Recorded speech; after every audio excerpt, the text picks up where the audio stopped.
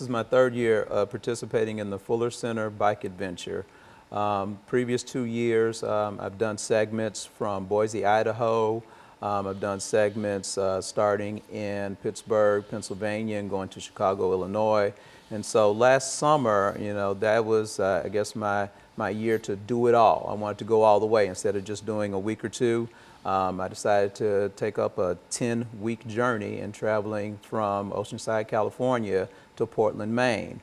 So, you know, along with that, of course, comes different challenges in trying to, first of all, raise money, because, you know, the main purpose of this is to support the Fuller Center for Housing, to spread the word about what they do and what the organization is all about. And so I did have to raise, you know, it was mandatory that each whole way rider, as we call it, raise $4,000. So I did end up, you know, with generous support from people at school, friends and family. I was able to raise that amount of money and a little bit more. But that money, of course, you know, goes towards the Fuller Center. So to raise the money was one challenge. To be physically ready for, you know, a 3,000 mile, actually a 4,000 mile bike trip, that was another challenge. That's actually riding a bicycle 4,000 miles. 4,000 miles, right. And then there's the challenge of, you know, living kind of as a community with people I don't know. You know, I have one friend of mine from Nashville who's also associated with the Fuller Center, and we ride here locally. He came in and he did 2 weeks with me, but, you know, the other 8 weeks I was kind of be on my own, you know, with, you know, you have to live with people, you have to be able to, you know, you ride with them during the day, but then in the evenings we have, you know, these generous host churches that take us in, and we sleep on the floor, we sleep on the church pews, we you know, eat the meals provided you know, to us by them. And again, they were very generous, and, you know, found ourselves overwhelmed with the generosity of just the people in the country. As you go across the country and people are willing to take care of you, they're willing to take out of their lives and their time to help somebody who's helping others. And that, you know, was really inspiring for me. I got out to California, I guess June 3rd of last summer, and in Oceanside, California is kind of where we started.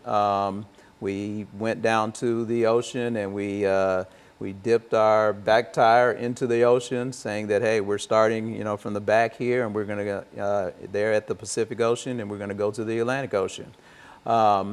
After dipping our tire into the ocean, we took off. We started pedaling, and each day we averaged around 80 miles. You know, there were some days where it was only 40 or 50, but there were some days where it was 90 or 100 miles. So, you know, the average ended up being 80 miles per day.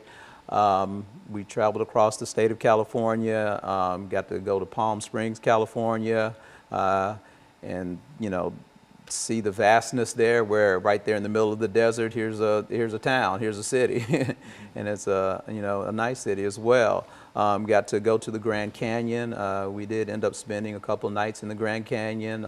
Some of the people that were with me hiked, you know, down to the bottom and back. I found myself not wanting to do any hiking after you had just biked, you know, 80 or 90 miles just for that day. You know, most of our weeks ended up being, you know, 300+ mile weeks on the bicycle. So the weekends that we had off, I was ready to sit down.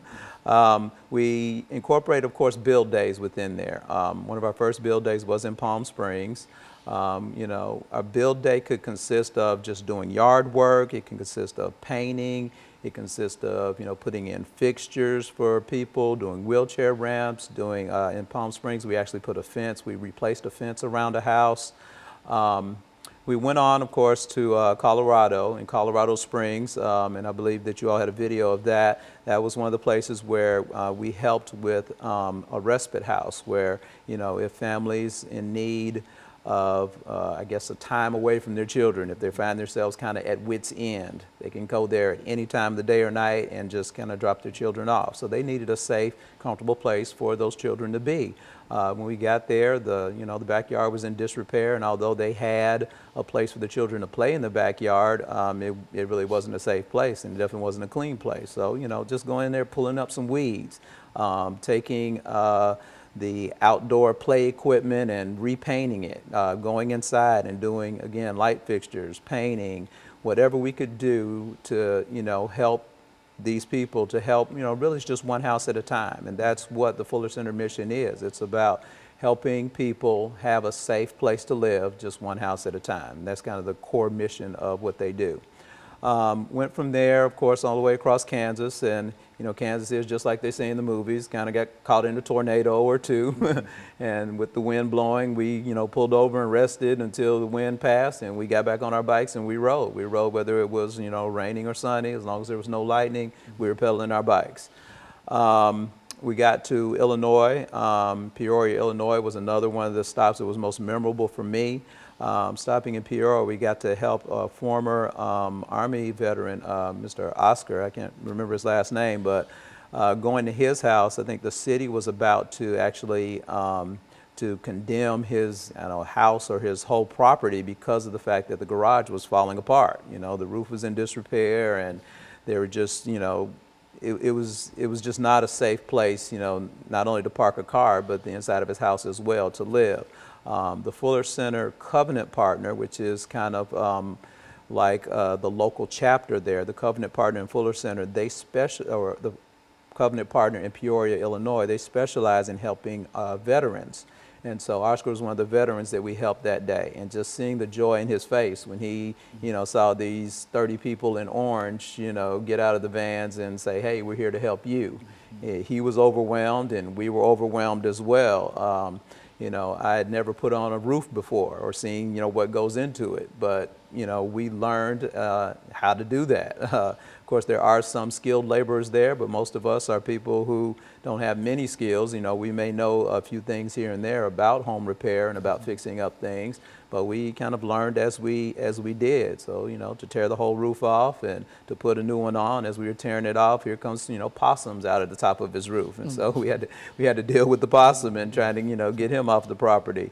I think I spent most of that day at the wood chipper. So every branch that they cut down, I put it through the chipper, and we, made pieces out of it. And then we had to bag it up. And so I think that was my 8-hour day on a wood chipper, which, again, we do that so that we can help others. Continued, of course, across the country, through Illinois, through Indiana, stopped in Ohio. Stopping in Ohio, I got to actually see one of the families that we had helped the previous year.